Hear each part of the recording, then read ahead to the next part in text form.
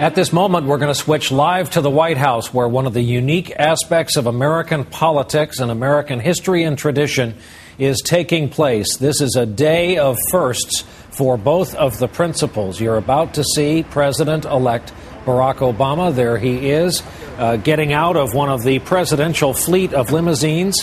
Michelle Obama is with him, and they are being greeted by the incumbent first family, President George W. Bush and First Lady Laura Bush. This is their first official meeting. Let's listen in and see if we can catch any of this.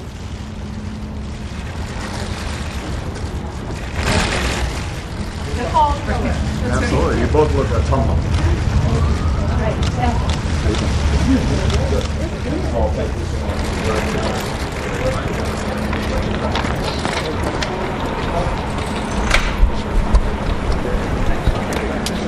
Now, they have entered the formal entrance there on the south portico of the White House beneath the Truman balcony. They'll be going in for a quick meet and greet, and really, of course, timing is up to them.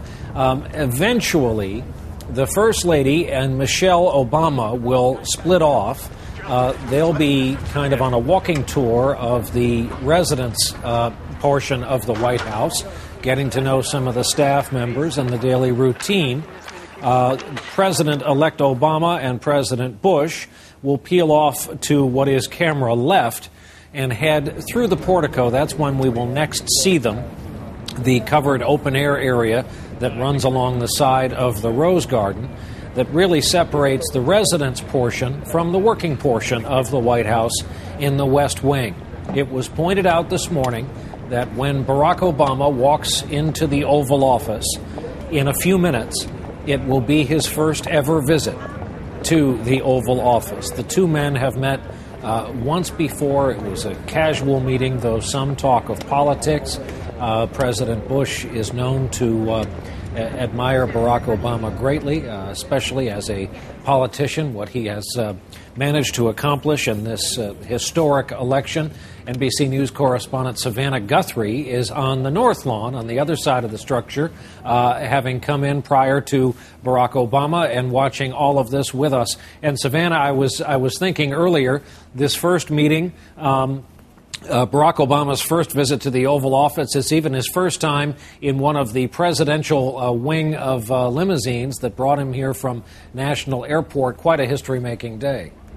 Absolutely. It must be heady stuff for this president-elect who's been to the White House many times in the past. But as you say, we'll see the Oval Office for the first time in just a few moments from now. And of course, this is a Barack Obama we've watched over these last few years who's really been tough on President Bush from time to time on the trail. And yet this morning, the president's spokeswoman was careful to say that President Bush recognizes the difference between politics and governing. He's somebody who's grown up in the rough and tumble world of politics, and that there exists a genuine warmth between these two men. Brian? We're looking at this one camera picture of the portico largely because our sight line is limited to the only cameras that are allowed. There they are on the portico. Let's listen again.